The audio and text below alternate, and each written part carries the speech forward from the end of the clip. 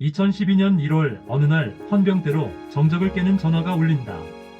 여기는 GOP입니다. 군에 간입대한 이등병이 총으로 자살한 듯합니다.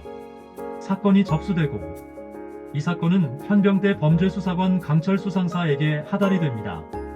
강철수 상사, 그는 25년 군 생활을 하고 있으며 지금까지 한 번도 사건 해결을 풀지 못한 게 없는 최고의 베테랑 헌병대 군수사관입니다. 헌병대 지프차의 낡은 와이퍼가 비명을 지르며 눈을 닦아내냅니다. 하지만 강원도 인제의 폭설은 닦아내기가 무섭게 앞유리를 다시 하얗게 덮어버립니다. 라디오에서는 지직거리는 잡음 섞인 70년대 옛날 노래가 흘러나오고 있었지만 운전병은 감히 채널을 돌릴 생각조차 하지 못했습니다. GOP에서 한 병사가 자살하는 사건이 생겼기 때문에 사건을 맡은 조수석에 앉은 강 상사의 표정이 바깥 날씨보다 더 얼어붙어 있었기 때문입니다. 상사님, 집기까지 30분은 더 걸릴 것 같습니다. 상관없어. 어차피 죽은 놈이 어디 도망가는 것도 아니니까.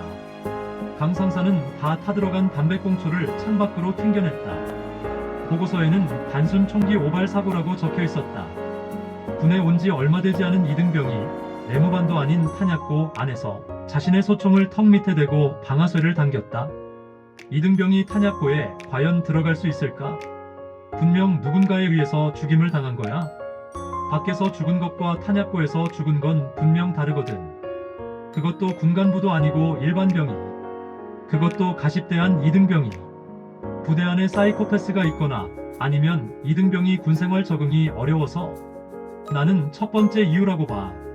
GOP는 어찌 보면 밀실이잖아. 폐쇄된 공간. 외부로부터 철저히 고립됨. 완벽하군. 강 상사는 씁쓸하게 웃었다. 군대에서 완벽하다는 말은 칭찬이 아니다. 그것은 누군가가 아주 공들여 청소를 끝냈다는 뜻이다. 출발하기 전 지프 안에서 꼬깃꼬깃해진 현장 사진을 다시 꺼냈다. 사진 속 병사의 눈은 뜨여 있었지만 그 눈동자에는 공포가 아닌 기묘한 평온함이 서려 있었다. 분명 놈이 있다. 이 눈보라치는 산꼭대기, 도망칠 곳 없는 저 폐쇄된 시멘트 덩어리 안에 아주 똑똑하고 아주 잔인한 사이코패스 같은 놈이 분명 숨어 있다. 강 상사는 달리는 지프에 몸을 싣고 반드시 범인을 잡겠다고 또 한 번 다짐한다. 그것은 남겨진 부모 형제들에게 최소한 국가가 해야 하는 마지막 소명이기 때문이었다. 헌병대 수사관 강 상사는 싸늘하게 식은 김이병의 시신 앞에서 주머니를 뒤적거렸다. 그가 꺼낸 것은 담배가 아니라 낡은 휴대용 카세트 플레이어였다. 치익 마이너스 치익 마이너스.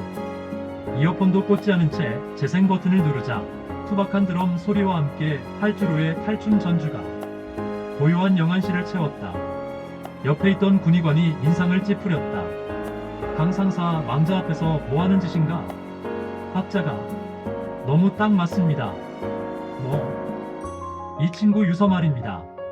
글씨체, 내용, 발견 위치까지 마치 메트로놈을 켜놓고 쓴 악보처럼 한치의 오차도 없습니다. 사람이 죽으러 가는 길에 이렇게 숨소리 하나 안 흔들릴 수 있을까요? 강 상사는 노래의 둥둥거리는 베이스 리듬에 맞춰 무당이 구슬하듯 고개를 까딱거렸다. 그러면서 뭔가 촉이 온다는 느낌으로 시익 미소 지으며 혼잣말로 대뇌인다. 노래도 뽕짝이 섞여야 제맛이고 인생도 삑사리가 좀 나야 진짜지. 이렇게 매끈한 건 가짜야. 그는 노래를 뚝 끄고 뱀 같은 눈으로 시신의 손가락을 들여다보았다. 어떤 새끼가 지휘했는지 몰라도 내가 그 지휘봉 뺏어서 부러뜨려줘야겠어. 주먹을 불끈 쥐고 GOP로 향한다.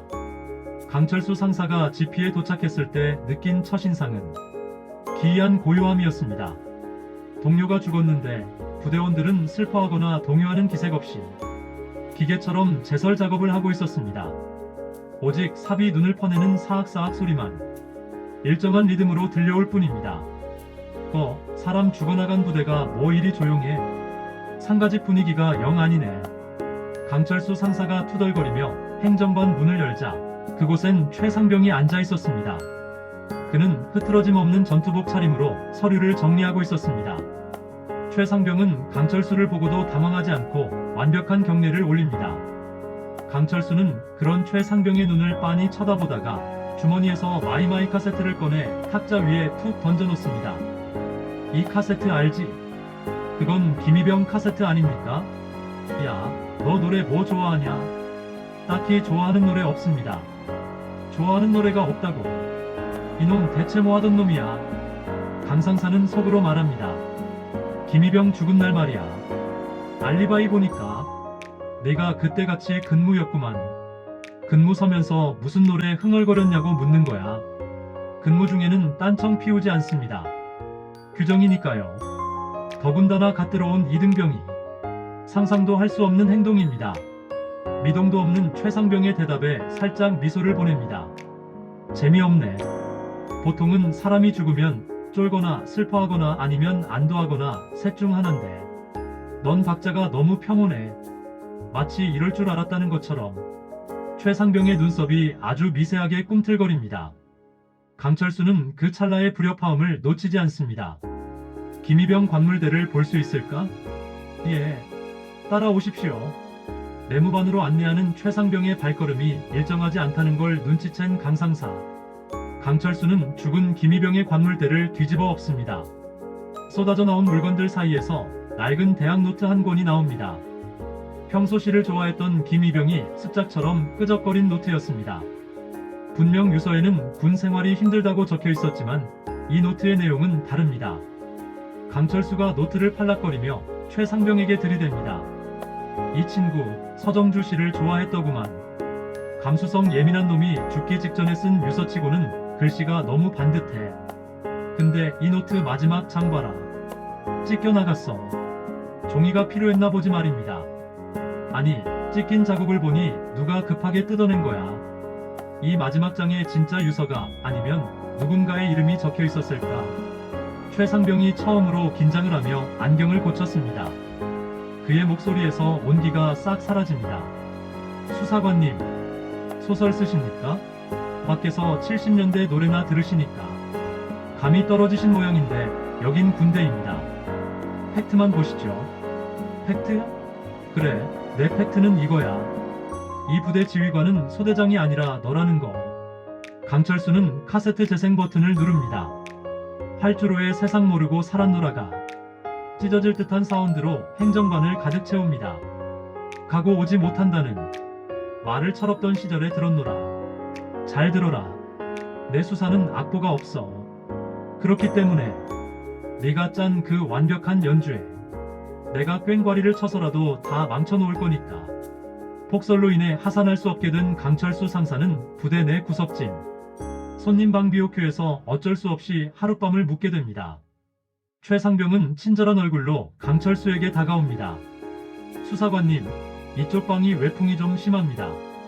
제가 연탄불을 좀 넉넉히 갈아두었습니다. 따뜻하게 주무십시오. 그의 목소리는 너무나 정중해서 의심할 여지조차 없어 보였습니다. 하지만 그것은 완벽하게 계산된 죽음의 초대였습니다. 새벽 2시. 강철수는 잠들지 못하고 김일병의 노트를 다시 읽고 있었습니다. 정막을 깨기 위해 틀어놓은 마이마이에서는 활주로에 탈춤이 흘러나오고 있었습니다. 얼씨구 좋다 절씨구 좋다. 그런데 어느 순간부터 경쾌하던 노래가 이상하게 들리기 시작합니다. 시, 구, 배철수의 목소리가 늪에 빠진 것처럼 느려지고 붉어집니다. 강철수는 카세트 배터리가 다 됐나 싶어 손을 뻗었지만 손이 말을 듣지 않습니다. 팔이 천근만근 무겁고 머리가 깨질 듯이 아파옵니다. 방 안에는 매캐한 냄새가 가득 차 있었습니다. 가스다. 최상병이 연탄 아궁이의 뚜껑을 살짝 일부러 열어두고 연통을 살짝 어긋나게 조작해둔 것입니다. 처절한 생존 본능으로 강철수는 바닥을 기었습니다. 몸은 마비되어 가고 의식은 희미해집니다.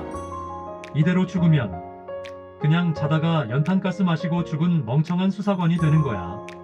그 생각에 오기가 발동합니다. 그는 젖먹던 힘을 다해 책상 위에 있던 무거운 잿더리를 잡으려다 미끄러집니다. 대신 카세트 플레이어가 바닥으로 떨어집니다. 와장창! 충격으로 카세트 뚜껑이 열리고 테이프가 튀어나갑니다. 강철수는 깨진 플라스틱 조각을 손에 쥐고 자신의 허벅지를 찔러 정신을 차립니다. 그리고 문을 향해 몸을 던집니다. 문고리를 잡고 억지로 문을 열어 제치자 차가운 눈보라가 얼굴을 때립니다. 헉, 헉. 신선한 공기를 들이마시며 강철수는 복도 바닥에 쓰러집니다. 흐릿한 시야 너머 복도 끝 어둠 속에 누군가 서 있습니다. 안경 쓴 남자 최상병입니다. 그는 놀란 기색도 당황한 기색도 없이 그저 실험실의 뒤를 관찰하듯 쓰러진 강철수를 무표정하게 내려다보고 있습니다. 강철수가 살아나온 것이 계산에 없던 일임에도 그는 침묵 속에 천천히 뒤를 돌아 사라집니다. 다음날 아침 강철수는 의무실 침대에서 눈을 떴습니다. 머리가 깨질 듯이 아프고 속이 메스꺼웠지만 정신은 그 어느 때보다 차갑게 깨어 있었습니다. 그는 거울을 보며 연습했습니다. 초점 없는 눈동자, 반쯤 벌어진 입, 그리고 의미 없는 손짓. 지금부터 나는 수사관 강철수가 아니다. 그냥 가스를 많이 마신 멍청한 아저씨다. 점심시간 최상병이 의무실로 병문안을 왔습니다. 명분은 상태 확인이었지만 실제로는 제거 확인이 목적이었겠죠. 걱정스러운 표정으로 말합니다. 수사관님, 괜찮으십니까? 어제 난로 연통이 빠져 있었다고 합니다. 정말 큰일 날 뻔했습니다. 강철수는 대답 대신 침대 위에 흩어진 끊어진 카세트 테이프를 부여잡고 낑낑거리고 있었습니다. 볼펜으로 테이프를 감아야 하는데 손을 심하게 떨며 계속 헛돌리는 연기를 합니다. 테이프가 안 감겨. 노래 들어야 되는데. 내 노래. 수사관님? 침을 살짝 흘리며 최상병. 근데 내 노래가 끊어졌어. 자꾸 뚝뚝 끊겨. 아, 배철수가 노래를 안 해. 최상병의 안경 너머 눈빛이 번뜩였습니다. 그는 강철수의 눈앞에서 손을 흔들어 보고 일부러 복잡한 질문을 던집니다. 어제 발견하신 김희병 노트 기억나십니까? 서정주 시인의 시가 적혀있던 시가 뭐지? 아, 배고프다. 오늘 점심 짬밥 뭐냐? 나 고기 좋아하는데. 최상병이 눈치를 차리지 못하게 쇼크가 와서 앞에 일을 전혀 기억 못하는 사람처럼 연기를 했습니다. 최상병은 강철수를 한참 동안 관찰하더니 입가에 비릿한 미소를 띄었습니다. 그가 내린 결론은 뇌 손상으로 인한 인지 능력 저하였습니다. 날카롭던 사냥개가 이빨 빠진 똥개가 되었다고 판단한 것입니다. 그제서야 최상병은 안도하며 한마디 내뱉습니다. 푹 쉬십시오. 수사는 무리실 것 같으니 중대장님께 말씀드려 상급 부대에 보고해서 후송 조치해드리겠습니다. 최상병이 의무실을 나갑니다. 문이 닫히는 소리가 들리자마자 강철수의 초점 없던 눈동자가 순식간에 살기 등등한 눈으로 돌아옵니다. 떨리던 손은 딱 멈춰. 그래, 마음껏 비웃어라. 박자가 느려졌다고 연주가 끝난 건 아니니까. 그러면서 왜? 무엇 때문에? 김희병을 죽여야 했는지. 그는 끊어진 테이프를 능숙하게 볼펜으로 감아 넣으며 최상병이 방심하고 흘릴 마지막 실수를 기다리기로 합니다. 김희병의 대학 노트를 다시 한번 꼼꼼하게 살펴봅니다. 저녁 점호 직전 폭설로 고립된 지피의 스피커에서는 평소처럼 지직거리는 잡음만 들려오고 있었습니다. 내무반에 있던 병사들은 무료하게 TV를 보거나 관물대를 정리하고 있었죠. 최상병 역시 평온한 얼굴로 누워서 책을 읽고 있었습니다. 강철수는 의무실에서 침을 흘리며 자고 있을 거라 확신하면서요. 그때 부대 전체의 스피커가 치익 마이너스 하는 소리와 함께 켜졌습니다. 둥둥둥둥. 강렬하고 투박한 드럼 비트. 활주로의 탈춤. 전주가 고요한 내무반을 찢어놓습니다. 병사들이 웅성거리는 사이 익숙하지만 전혀 다른 톤의 목소리가 흘러나옵니다. 바보 흉내를 내던 어눌한 목소리가 아닌 면도날처럼 차가운 강철수의 진짜 목소리였습니다. 아, 마이크 테스트. 다들 저녁은 맛있게 먹었나? 나는 속이 좀 안 좋아서 말이야. 어떤 놈이 내가 자는 방에 가스를 피우는 바람에 내무반 구석에 앉아있던 최상병의 손이 멈칫합니다. 책을 덮고 이게 무슨 상황 하면서 멈칫 놀란다.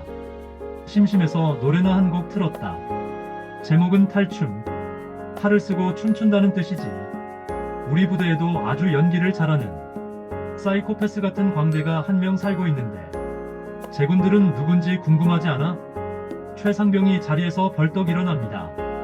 그의 얼굴에서 처음으로 핏기가 사라집니다. 그는 본능적으로 방송실을 향해 뛰기 시작합니다. 하지만 강철수의 목소리는 멈추지 않습니다.